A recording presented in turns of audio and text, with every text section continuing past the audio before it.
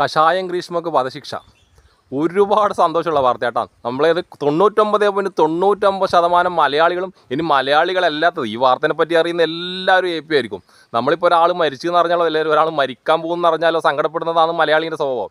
പക്ഷേ ഈ ഒരു വാർത്ത ഒരുപാട് സന്തോഷം ഉണ്ടാക്കുന്നത്. എത്രയും പെട്ടെന്ന് ഈ ശിക്ഷ നടപ്പിലാക്കണം എന്ന് എൻ്റെ അഭിപ്രായം. നമുക്കറിയാം ഇതിൻ്റെ പിന്നിൽ ഒരുപാട് നൂലാമാലയുണ്ട്. ഇനി ഹൈക്കോടതിയുണ്ട്, സുപ്രീം കോടതിയിൽ പോകണം, എന്നിട്ട് അതിനുശേഷം രാഷ്ട്രപതിൻ്റെ ദയാർജിയുണ്ട്.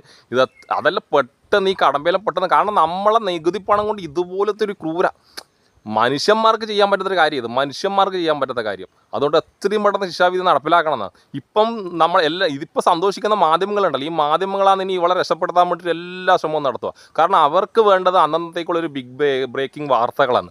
അല്ലാണ്ട് ഇവൾ ശിക്ഷിക്കപ്പെടണമെന്നും ഒരു താല്പര്യമില്ലാത്ത മാധ്യമങ്ങളും ഒരുപാട് ആൾക്കാരുണ്ട്. ഫെമിനിസ്റ്റുകളുണ്ടാവും. ഇവരെ ഈ ഒരു സ്ത്രീനെ അങ്ങനെ ചെയ്യാൻ പാടുള്ളൂ. ഒരു സ്ത്രീ ചെയ്ത കാര്യം ഒരു മനുഷ്യന് ചെയ്യാൻ പറ്റുമോ? ഒരുപാട് സന്തോഷമുണ്ട് കേട്ടോ. കോടതിയോടും ഈ കേസ് അന്വേഷിച്ച് അതിൽ പോലീസിന് ബിഗ് സല്യൂട്ടാട്ടോ, ബിഗ് സല്യൂട്ട്. പിന്നെ വക്കീൽ, ഇതിനു വേണ്ടി എല്ലാവർക്കും മലയാളി ഏറ്റവും കൂടുതൽ കാത്തിരുന്ന ഏറ്റവും സന്തോഷിക്കുന്ന ഒരു ദിവസമായി ഇത്.